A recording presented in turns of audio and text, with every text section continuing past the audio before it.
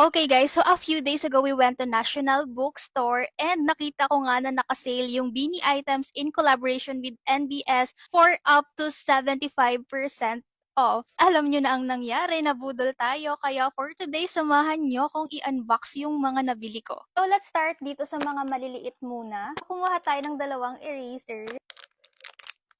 So cute! Cable organizers. Sheena.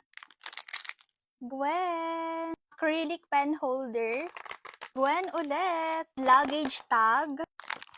Mika. Two photo card holders.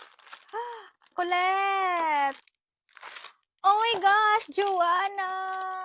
Dalawa na Joanna ko. Last year ko pa to gustong bilhin, pero alam nyo ba, yung original price nito is 699 per box. And dahil nga naka-sale siya guys, nasa 174 pesos na lang each as a bloom. I knew I had to get the whole set, kaya ito na, let's unbox it. First time ko silang nakita in person sa airport. There was even a time na pauwi na ako, pero nakasalubong ko pa sila. Dati dinadaan-daanan ko lang to sa NBS. First box. Oh my God! First box, Aya agad. Daming may gusto kay Aya. Cute! Earrings niya, very coquette. Next box.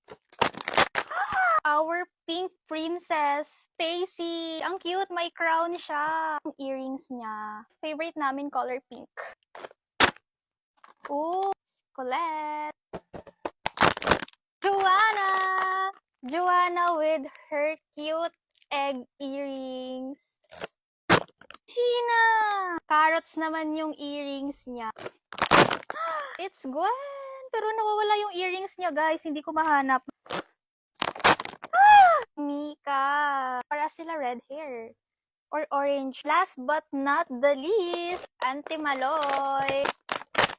Cute niya. Hihingiin to sa akin ng kapatid ko. So, ito na nga yung full set. So, yun lang guys. Bye!